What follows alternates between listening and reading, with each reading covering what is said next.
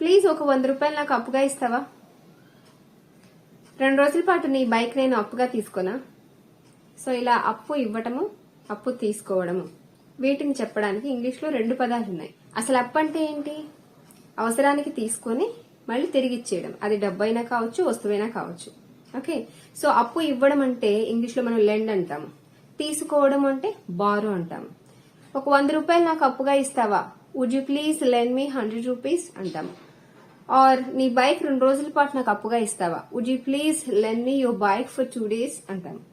అదే నీ బైక్ నేను 2 రోజుల పాటు అప్పుగా తీసుకోనా అని అడగాలి అంటే would I borrow your bike for 2 days అని అంటాము.